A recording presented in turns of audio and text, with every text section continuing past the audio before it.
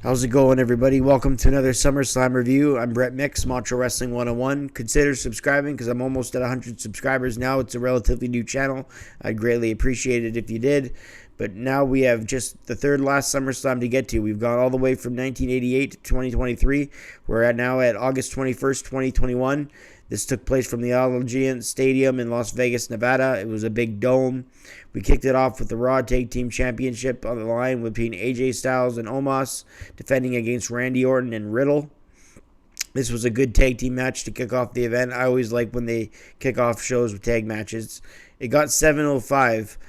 Orton broke free from a Styles roll-up and hit the RKO on Styles for the pinfall victory, and then we had new Raw Tag Team Champions. That got a big pop between RK Bro, who will win the match. I rate this match 3 stars. It was a good opener, and Omos didn't do much in the ring. AJ did for him, but there was good chemistry between AJ with both Riddle and Orton. So good way to kick off the show with new Tag Team Champions. I rated it 3 stars. Next, we have Alexa Bliss versus Eva Marie. Eva charged towards Bliss, who moved, and Eva kept charging, and that's what she just kept doing the majority of the match. Thank God it only lasted 350. Bliss hit with the gut to the DDT for the pinfall. I rated it a half a star. It was a short match that just went probably 2 minutes too long, even though it went 350, so that should really tell you everything right there. After the match, Doudrop announced that Eva Marie was the loser, and Doudrop put on Eva's jacket and left with it. Eva wasn't happy, and she ended up saying, "I made her." Okay. Next up, we got celebrities in the backstage. Mario Lopez wearing a Heart Foundation shirt. Mario interviewed the RK Bro team. Mario Lopez has a big history with SummerSlam. I remember he appeared on a SummerSlam 1998. It was like a review after the show, and he said, "Vince McMahon did a great job tonight." For some reason, that just always stuck with me. The U.S. title's on the line next between Sheamus defending against Damian Priest. This was a nice contrast in styles. It started a little bit slow, but they picked it up as it went. A lot of close near falls, a lot of good counter wrestling in this one. It was a power man's match. Priest hit a kick to the head and it got a choke slam, and that got a near fall. The fans reacted to that. It was a close near fall. Sheamus was mad at the referee, and the fans thought that was it when Sheamus went for the cloverleaf. Priest countered it into a cradle, and Sheamus applied a heel hook submission on the leg. Priest got out of it by taking off the mask that was on Sheamus' face, with Sheamus acting shocked. Priest with punches. Priest sent Sheamus to the top turnbuckle on a spin kick. Priest hit the Reckoning for the pinfall, and we have a new U.S. champion at 1350 in Damian Priest. I rate the match 3.5 stars. It was a great match, power man's match. They gave it time, almost 14 minutes, and we have a new champion. So solid stuff there. Next, we have Dominic and Rey, father and son, taking on the Usos, Jimmy and Jay, for the SmackDown Tag Team Championship. This was a quick match. Not in this time length was 10:52, but quick in the terms of in-ring style and a ton of action going on. Dominic hit Eddie Guerrero's 3 suplexes in a row, and the fans chanted for Eddie, and that was a nice spot. The Usos isolated Dominic a lot, and Rey gets the hot tag and punched Jay off the apron.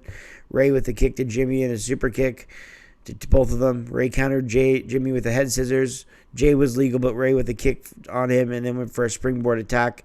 Jay kicked him right in the face and went for an Uso splash, but they got a 2 count. Rey sent him into the turnbuckle, and Rey hit the 619. Up top, went for a frog splash, but Jimmy countered with the knee to the ribs. Then Jimmy Uso hit a super kick. Jay tagged in, leading to a double super kick.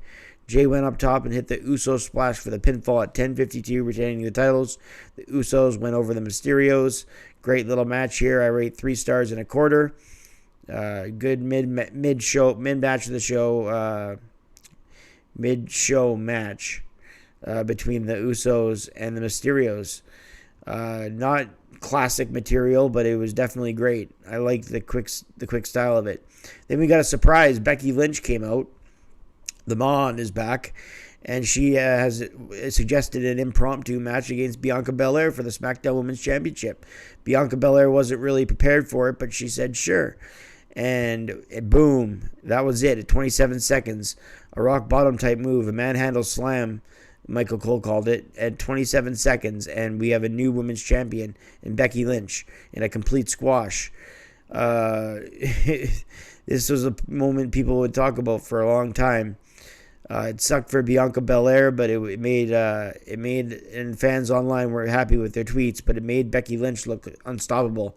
This was like her Ultimate Warrior win at SummerSlam 88. I believe it was SummerSlam 88 when Warrior beat the Honky Tonk Man in 30 seconds. Well, this was Becky Lynch's version of that. Up next, we had Drew taking on Mahal. This was a slow match, a power match, but McIntyre got the win at 440 with a Claymore. Dominant win for McIntyre as expected. This just got Mahal a high-profile match on SummerSlam. That's all it was there for. I rated it a 1.5 stars. Next up, Nikki Ash challenged Rhea Ripley, who challenged Charlotte Flair in a triple threat match for the Raw Women's Championship. Ripley and Flair carried this match. Ash was okay in spots, but there was good action throughout. They gave these ladies a lot of time. 13:05 to be specific. Ash went up top, hit a crossbody block. Flair moved, and Nikki hit the mat.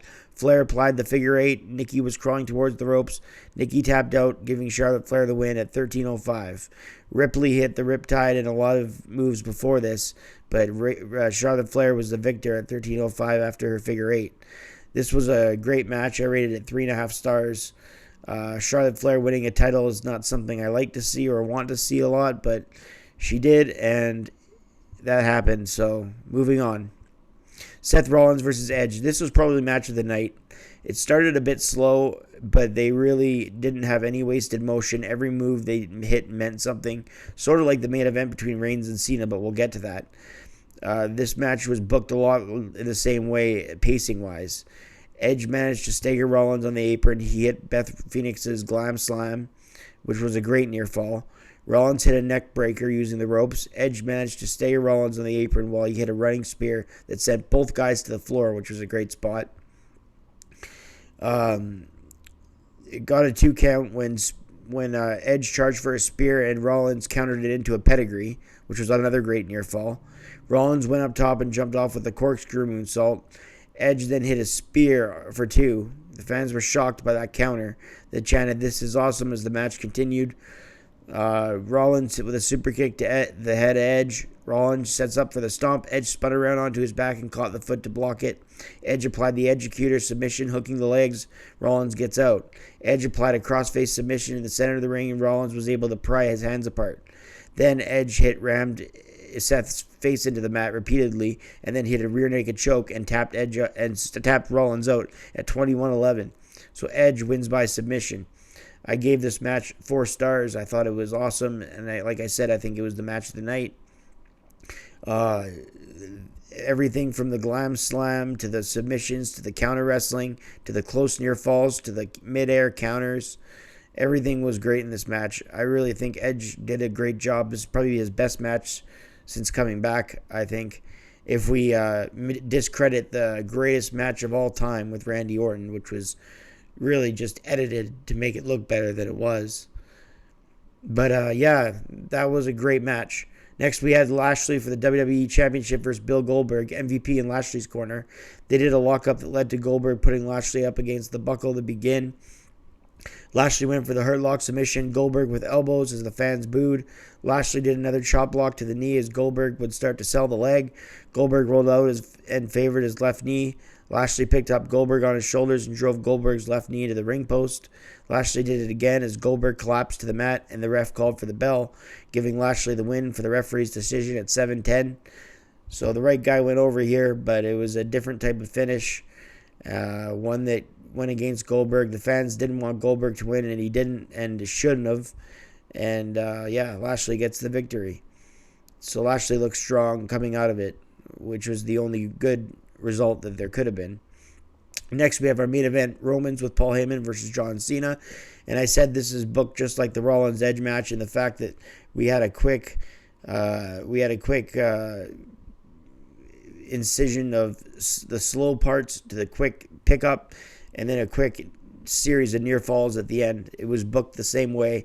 That's how you want to book the match. Cena sent Reigns back into the ring.